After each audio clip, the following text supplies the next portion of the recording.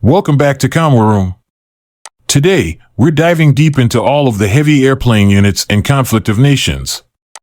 We'll explore the strengths and weaknesses of each unit, how to effectively use them, the counters of each unit, how to build them, and lastly, to see what air units we should build. Let's start with naval patrol aircraft. Their main purpose is to attack ships and submarines. They are not effective against ground or air units. However, they are equipped with sonar, which allows them to detect stealth units. When upgraded to level 3, they gain the ability to fire missiles. Additionally, naval patrol aircraft have one of the best attack ranges in the game. The main counters to naval patrol aircraft include planes, mobile SAM launchers, anti-air units, railguns, and frigates. Cruisers can also deal significant damage.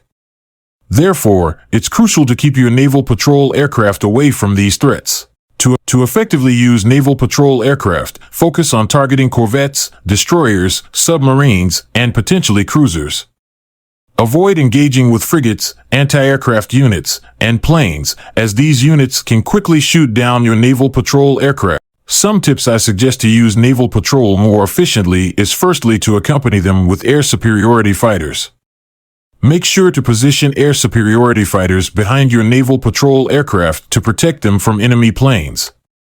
These fighters will engage any threats, ensuring your naval patrol aircraft remain safe from air threats. Another bonus tip I suggest is to quickly upgrade your naval patrol aircraft to level 3 and equip it with cruise missiles. Also make sure these cruise missiles are made of conventional warheads, as nuclear and chemical warheads will kill your morale. These cruise missiles, dealing 30 damage to ships at level 1, can nearly destroy a destroyer with one hit. This combination will make you formidable against enemy naval units. However, avoid launching cruise missiles against frigates, as the frigate's anti-air will destroy them. To build naval patrol aircraft, you need an arms industry level 1 and an airbase level 3. I personally do suggest building naval patrol aircraft, but with proper timing. For this reason, I only suggest building naval patrol aircraft at the late game stage, which is after day 30. The reason for this is due to the naval patrol's aircraft high expense, and also the fact that there is more vital units to research before. Sweet, let's now talk about airborne warning and control systems. Airborne warning control systems, often known as AWACS, provide long-range radar surveillance. Equipped with powerful sensors, these planes can often spot distant enemy airplanes, helicopters, and armored ground unit movement. This unit only has the purpose of being a radar, and it can't damage any type of unit. The counters of AWACS are essentially anything that can hit airplanes. This includes frigates, mobile SAM launchers, cruisers, planes, anti-air, and railguns. To effectively use AWACS, make sure to put them to patrol over your land, and also over the sea. Your AWACS will be able to detect ground, air, and naval units by doing this. Think of it as an air radar. With the intelligence the AWACS give you, you will be able to know if units are coming to attack you, which gives you time to prepare. To build airborne warning control systems, you need an airbase level 4 and an arms industry level 1. Although airborne warning control systems have the great ability to scout, it is still not the best option to build. AWACS can be replaced with much cheaper and more efficient units such as mobile radars, which only require a level 1 arms industry and an army base level 2 to build. For this reason, I do not recommend building AWACS. Awesome, let's now talk about Naval AWACS. Naval airborne warning and control systems, often known as Naval AWACS, are essentially the same as standard AWACS. The only difference being that Naval AWACS can board aircraft carriers. As for the rest, they have the same uses, and all is explained in the standard AWACS section. The counters of Naval AWACS are the same as standard AWACS, which are frigates, cruisers, planes, mobile anti-air, mobile SAM launchers, and railguns. To build naval airborne warning and control systems, you need an airbase level 4, a arms industry level 1, and standard AWACS researched level 4. I do not recommend anyone to build Naval AWACS, due to the high expense and availability of better units with the same use. But if you are going to build AWACS, then go for the standard ones. There is no real need for Naval AWACS. Perfect. Let's now talk about heavy bombers. Heavy bombers are long-range bombers used to penetrate deep into enemy airspace and attack strategic enemy forces and outposts.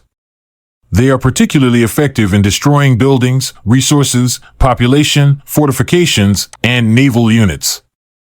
Additionally, they have the ability to launch missiles, and they do quite well in attacking infantry too. The counters of heavy bombers are all planes, railguns, mobile SAM launchers, anti-air, railguns, frigates, and cruisers. To effectively use heavy bombers, you have to be quite strategic, since the best use for heavy bombers is to destroy buildings. You should use your heavy bombers strategically to destroy enemy airfields and cities. By using heavy bombers to attack enemy cities, you can make the enemy stop producing units, since you destroyed all the enemy's buildings. Additionally, an amazing tip I suggest for you to use with your heavy bombers is to attack airfields and airbases. By attacking airbases and airfields with your heavy bombers, you make the enemy not have any use for their planes, which is amazing, since there is no airfield for the enemy's planes to refuel. Additionally, if there are planes stationed in the airfield you are bombing and you destroy the airfield, then those planes will be stuck in the ground without the ability to fly, making them easy meat for you. You can also use heavy bombers to attack infantry and ships. Just make sure to avoid frigates and cruisers. However, be careful of how much you use your heavy bombers, because heavy bombers deal high damage to the population, which means your morale will lower a lot. When you use heavy bombers too many times, you will have a higher number of insurgents attacking you. Hence, do not overuse heavy bombers and only use them in strategic uses. To build heavy bombers, you need an Air Base Level 3 and an Arms Industry Level 1. As for building heavy bombers, I do suggest building them, but only if you have an amazing economy and it's after day 20. The reason I do not suggest building them before day 20 or if you have a small economy is because of their high expense and also not their significant use, since other units have a greater use at this time. Sweet, let's now talk about stealth bombers. Stealth bombers are long-range bombers that incorporate stealth technology to penetrate deep into enemy airspace in order to attack strategic ground targets. Stealth bombers are invisible to most radar-equipped units and are capable of carrying and launching 3 cruise missiles every 12 hours, similar to non-stealth heavy bombers. The offensive combat properties of this unit are devastating, but this unit, at contrast to the standard bombers, has the trade-off being that stealth bombers are not able to engage in combat with naval units. In a nutshell, stealth bombers are essentially standard bombers, but without the capability to attack naval targets, and that they are stealth units too. The counters of stealth bombers are all planes, mobile SAM launchers, mobile anti-air, railguns, frigates, and cruisers. However, their stealth gives them an edge as they won't engage these counters unless they attack directly. Be aware that some units, like max-level mobile SAM launchers, can detect stealth fighters, making them vulnerable. To effectively use stealth bombers, you use them the same way as I suggested previously with standard bombers. The only things I would suggest you to also take advantage of is the stealth in it.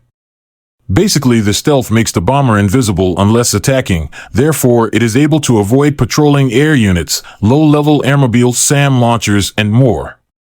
But only make sure to attack away from these units' range, because when attacking they become visible and hence you will take damage. Additionally, it is important to note that stealth bombers do not declare war when penetrating enemy airspace. By taking advantage of this rule, we can use our stealth bombers to patrol and spy on enemy land without them knowing we are spying on them.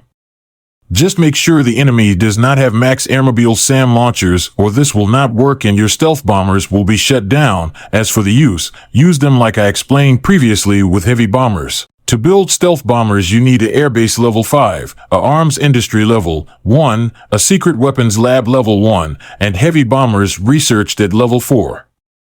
I personally do not recommend building this unit. Use heavy bombers instead. Awesome! You now know about every heavy Air Force unit in the game and Special's way to utilize each Air Force heavy unit. If this video helped you out, please consider subscribing so you can get more content like this and keep getting better at Conflict of Nations. Good luck!